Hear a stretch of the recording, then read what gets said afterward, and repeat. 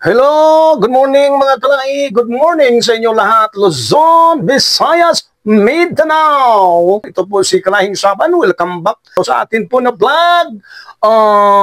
Kalahing Saban. So nandito tayo mga kalahi dahil nais ko pong magpapasalamat dahil sa mga biyayan ipinagkaloob sa akin pong pamilya at saka sa lahat ng nandirito sa akin pong tahanan. Ito po si Kalahing Saban. Umaasa na tayo po hindi talaga pababayaan ng ating gobyerno. Bagamat mayroon po talagang Diyos na kinikilala natin, Diyos na may kapal, na siyang may-ari talaga sa lahat ng may buhay, sa lahat ng makikita or sa buong mundo, sa universo, mga kalahi ay ang Diyos po ay naglalang.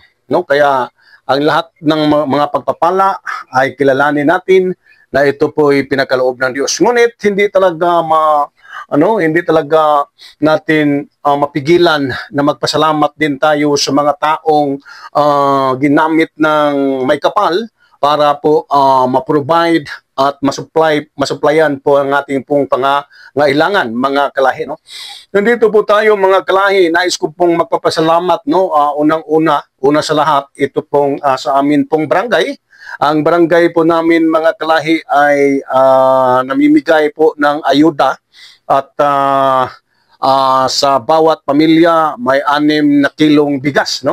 Kaya taos puso naming magpapasalamat po sa mga nasa barangay na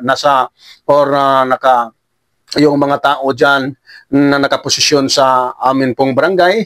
Pagkatapos sa amin pong sa LGU, sa amin pong mayor, mayor at saka sa aming congressman na si Ahong Chan dito po sa Lapu-Lapu City. At ang aming mayor, si Cindy Chan, ang kanyang asawa, na talagang sila po'y may malasakit sa mga constituents sa Lapu-Lapu, lalo na sa mga taong mga nabibiktima sa tinatawag na disaster.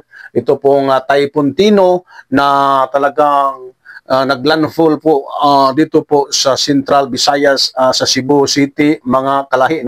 Kaya lang malaking pasalamat namin sa Panginoong Diyos dahil bagamat naranasan namin talaga ding hangin, ngunit wala namang napinsala dito po sa isla sa Mactan, isla sa Lapu-Lapu, na pinamunuan ng aming mayor Cindy Chan at saka ang aming dating mayor na ngayon ay congressman Ahong Chan at saka sa aming pong kapitan. Ito po, nais ko pong ipakita talaga ang mga biyaya na pinagkaloob sa amin, at ginamit talaga ang aming pong mga opisyalis dito po sa City of Lapu-Lapu. But ito pong lahat mga kalahi, hindi naman ito mangyari kung wala po tayo sa bagong Pilipinas.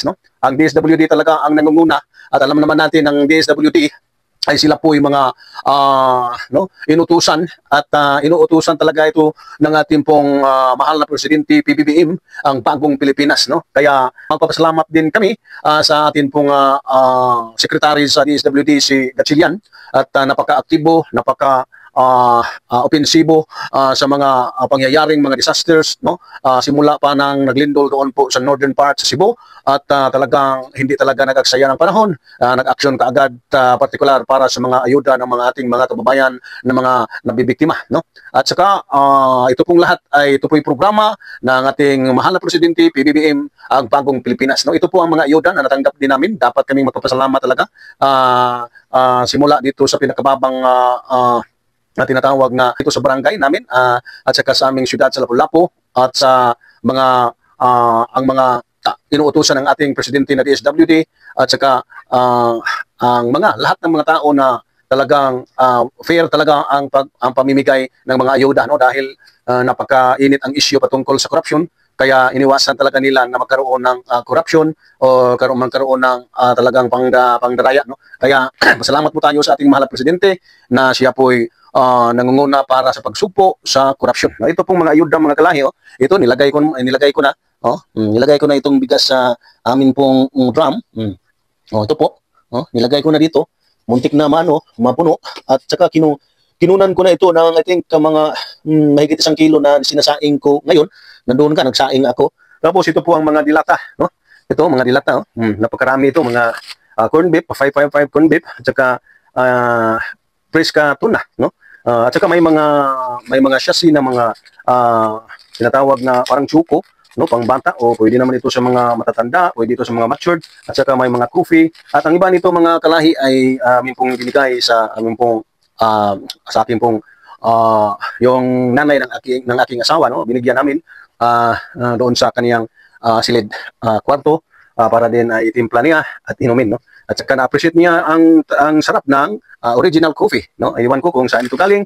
Ito po yung ayuda na galing sa programa ng ating mapagmahal na PBBM, may malasakit sa mga nasalanta sa mga disasters or kalamidad. No, ito po, no, ang dami ito. Ilang beses, ilang maraming araw ito namin na ikukonsumo, no. Kaya nagpapasalamat kami dahil parang nalibre yung namin, no? Walang income, buhat ng nagkaroon ng sunod-sunod na mga disasters dito, lindol, tapos bagyong Tino, tapos sumunod na naman ang bagyong Uwan. No, kaya walang income po kami karamihan dito. Maliban na lang sa iba na mayroong mga nagtatrabaho talaga ng mga kumpanya, pero kami ay ang aming pong hanap buhay ay pagtitinda, vendors, o ang iba dito nag-drive lang ng mga bilang riders.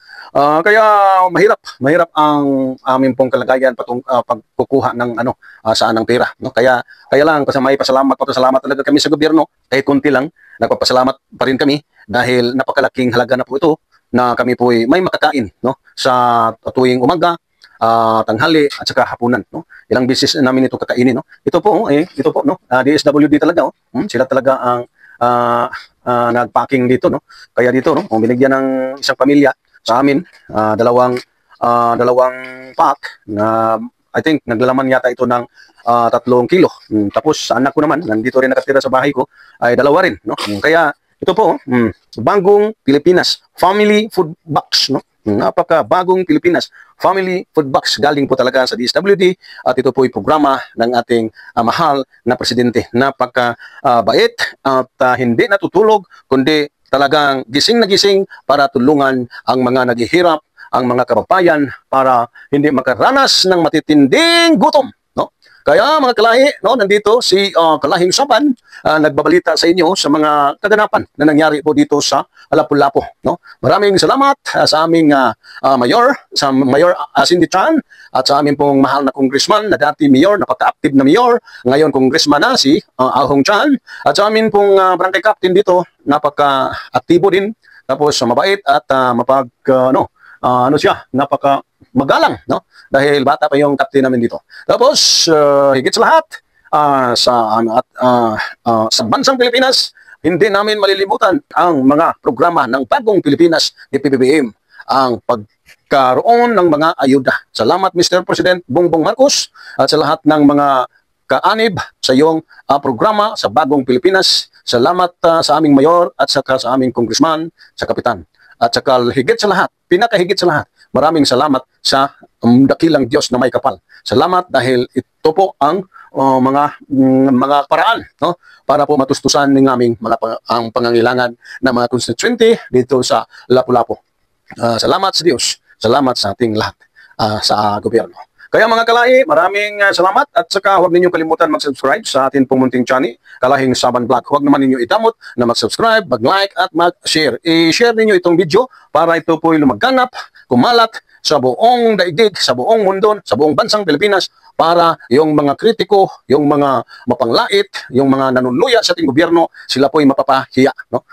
Hindi totoo ang pinapakalat nila napangit daw ang ayuda, hindi.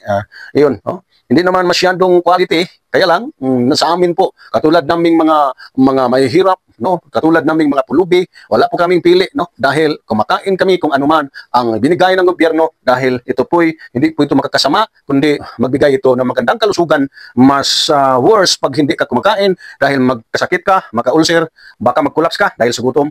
Kaya talagang napakalaki na itong tulong sa aming mga mahihirap. Salamat. Maraming salamat. God bless everyone.